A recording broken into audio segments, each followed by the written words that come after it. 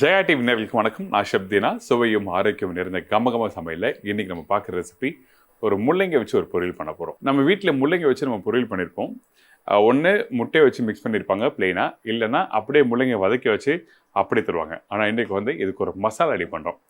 தேங்காய், காஞ்ச மிளகாய், பூண்டு. இங்கே பாருங்கள், இந்த மசாலா பார்த்தீங்கன்னா தேங்காய், காஞ்ச மிளகாய், பூண்டு. தேங்காய் ஒரு 4 பத்தனா, ஒரு 3லேருந்து 4 காஞ்ச மிளகாய் காரத்துக்கு ஏற்ற மாதிரி, பூண்டு வந்து ஒரு 6 பல்லு, இதெல்லாம் போட்டு நான் அரைச்சிருக்கேன்.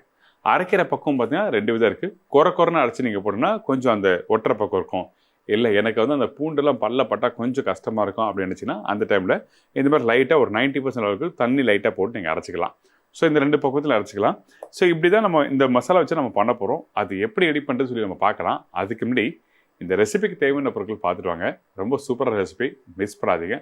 அந்த அளவுக்கு அல்டிமேட்டாக இருக்கும். முள்ளங்கி பொரியல் தேவையான பொருட்கள்: முள்ளங்கி 1/4 கிலோ, முட்டை 2 நம்பர், தேங்காய் மசாலா 4 டேபிள் ஸ்பூன், கருவேப்பிலை தாளிப்புக்கு தேவையான அளவு, கடுகு 1/4 டீஸ்பூன், மஞ்சத்தூள் சிறிதளவு, மிளகுத்தூள் 1/2 டீஸ்பூன், உப்பு தேவையான அளவு, எண்ணெய் தாளிப்புக்கு தேவையான அளவு. இப்போது இந்த ரெசிபி தேவையான பொருட்கள் பார்த்துருப்பீங்க. ஃபர்ஸ்ட் நம்ம என்ன பண்ணுறேன்னா, இந்த முள்ளங்கி திருவி வச்சுருக்கேன். இந்த முள்ளங்கி பார்த்தீங்கன்னா முள்ளங்கி சாதாரண நீங்கள் வீட்டில் ட்ரை பண்ணியிருப்பீங்க. அதே மாதிரி இந்த முள்ளங்கியை நல்லா திருவி வச்சுருக்கேன். இந்த முள்ளங்கி நீங்கள் இந்த மாதிரி கிரேட்டரை வச்சு நீங்கள் நல்லா திருவிட்டு உடனே நம்ம என்ன பண்ணணும்னா உடனே வதக்கணும். நீங்கள் வீட்டில் பண்ணும்போது எக்ஸாம்பிளுக்கு வந்து ஒரு காலைல ஒரு 10 மணிக்கு நல்லா துருவி வச்சுட்டு அதுக்கப்புறம் ஒரு 12 மணிக்கு மேலே நீங்கள் பண்ணினா அது நல்லா இருக்காது. அந்த தண்ணியெல்லாம் விட ஆரம்பிக்கும். அப்படி விட்டுச்சுன்னா நம்ம என்ன பண்ணுவோம், அப்படி எடுக்கும்போது அந்த தண்ணி கீழே வேணும், அந்த காயை மட்டும்தான் போடுவோம். அப்படி இருந்தால் அது நல்லாவே இருக்காது. அந்த தண்ணியோடு சேர்த்து சாப்பிட்டா தான் அந்த முள்ளங்கியோட விளைவும் கிடைக்கும், நல்லாவும் இருக்கும். அதனால் இந்த மாதிரி திருவி வச்சுருங்க, சரிங்களா? இப்போ வந்து நம்ம வந்து பேனில் வந்து எண்ணெய் ஊற்றி வச்சுருக்கோம். இதுக்கப்புறம் நம்ம என்ன பண்ணுறோன்னா கொஞ்சம் எண்ணெய் சூடான பிறகு கடுகு போடுறோம்.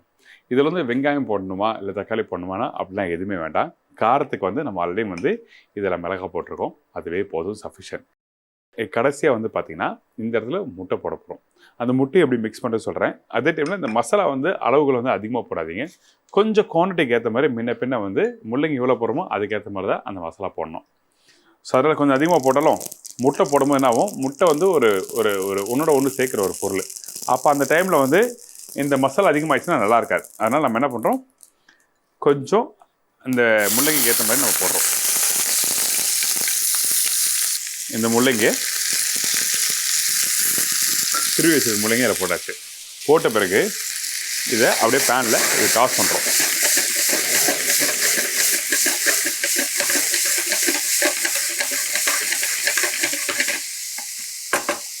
முள்ளங்கி வேகிறதுக்கு ரொம்ப டைம் எடுக்காது. அதிகபட்சம் பார்த்தீங்கன்னா 5 நிமிஷம் தான்.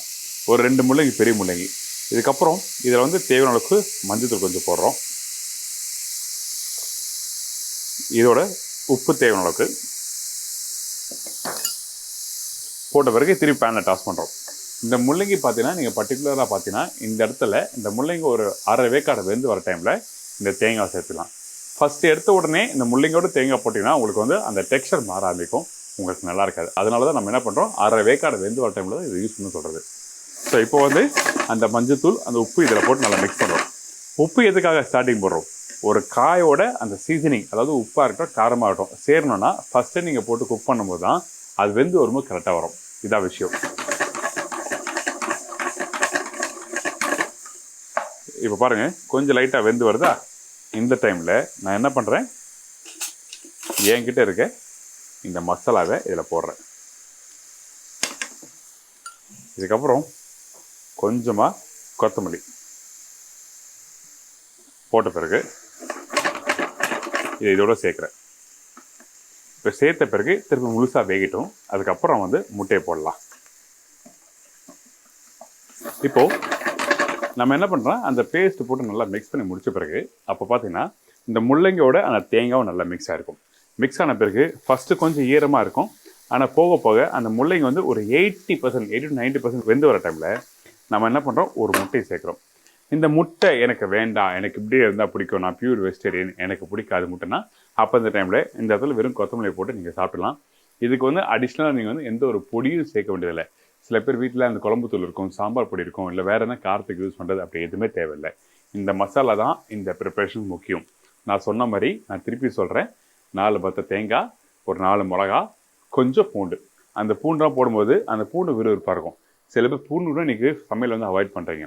அப்படி வேணாலும் பூண்டை விட்டுருங்க. ஆனால் மிளகாவும் தேங்காவும் ரொம்ப மஸ்ட்டு. சரிங்களா? இப்போது இதை நல்லா மிக்ஸ் பண்ணியாச்சு. இதுக்கப்புறம் இதை நம்ம என்ன பண்ணுறோம், கொஞ்சம் ஓரமாக இப்படி சென்டரை வந்து ஃப்ரீ ஆகிக்குங்க. ஆன பிறகு இந்த முட்டை இருக்குல்ல, ஒரு முட்டையை உடச்சி இப்படி போடுறேன். இன்னொரு முட்டையும் உடச்சி இதில் போடுறேன். இது நல்ல ப்ரோட்டீன் இருக்குது. அந்த காய் சாப்பிட்ற உங்களுக்கு கிடைக்கிற நன்மைகளும் எல்லாமே கிடைக்கும். இப்போ போட்ட பிறகு ஃபஸ்ட்டு நம்ம என்ன பண்ணுறோம், சென்டராக வந்து ஸ்க்ராம்பிள் எக் மாதிரி பண்ணுங்க. எல்லாத்தையும் போட்டு மிக்ஸ் பண்ணலாம். ஃபஸ்ட் லைட்டாக அப்படியே ஸ்க்ராம்பிள் எக் மாதிரி பண்ணிட்டீங்கன்னா, அந்த பொடி மாஸ் மாதிரி பண்ணிட்டீங்கன்னா என்ன ஆகுனா அதுக்கப்புறம் ஒன்றோட ஒன்று சேர்க்கலாம். அவ்வளோதான். ரொம்ப சிம்பிள். ட்ரை பண்ணி பாருங்கள். இந்த முள்ளங்கி பொரியலை இந்த மெத்தடில் ட்ரை பண்ணி பார்த்தீங்கன்னா எக்ஸலண்ட்டாக இருக்கும். நீங்கள் விட மாட்டீங்க. அதுவும் சுட சுட செஞ்சு சாப்பிடும்போது தி பெஸ்ட்டாக இருக்கும். நம்ம நார்மலாக அப்படி சாப்பிட்றதுக்கும் இந்த மாதிரி மசாலா போட்டு சாப்பிட்றதுக்கும் நிறைய வித்தியாசம் இருக்குது.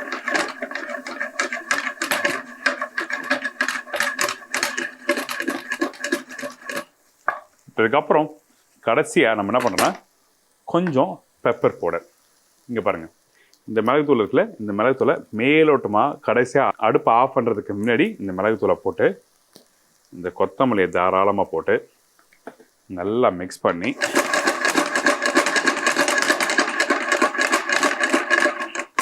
அப்படியே இருக்க வேண்டியதான். ரொம்ப ஈஸி ரெசிபி. நீங்கள் எத்தனை பேர் ட்ரை பண்ணியிருப்பீங்கன்னு தெரியல. ஆனால் இது நான் ரீசெண்டாக எங்கள் வீட்டில் என்னோடய அம்மா பண்ணி கொடுத்தாங்க. தி பெஸ்ட் ரெசிபியாக இருந்தது. அதில் நாங்கள் ரெகுலராகவே பண்ண ஆரம்பிச்சிட்டோம். நீங்களும் ட்ரை பண்ணி பாருங்கள்.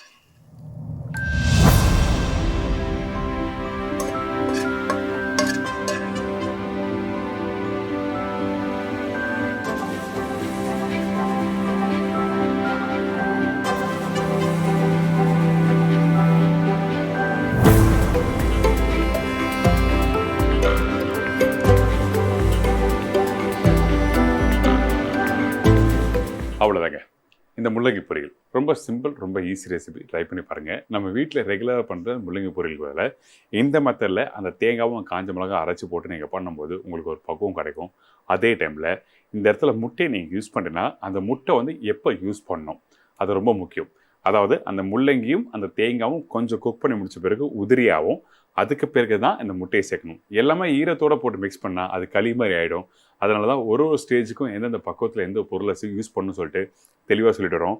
இப்போ ரெடி ஆகிடுச்சு. உங்கள் முன்னாடி நான் டேஸ்ட் பண்ணி பார்த்துட்டு எப்படி இருக்குன்னு நான் சொல்கிறேன். காரம் இருக்கா, புளிப்பு இருக்கா, இனிப்பு இருக்கா, எல்லாமே அப்படி டேஸ்ட் பண்ணும்போது தான் தெரியும். நம்ம ஒருத்தர் சமைச்சு முடிச்ச பிறகு ஃபஸ்ட்டு சமைச்சால் தான் ஃபஸ்ட்டு டேஸ்ட் பார்க்கணும். அதுக்கு பிறகு தான் மற்றவங்களுக்கு கொடுக்கணும்னு சொல்லுவாங்க பெரியவங்க. ஸோ அதனால் நானே ஃபஸ்ட்டு டேஸ்ட் பண்ணிடுறேன்.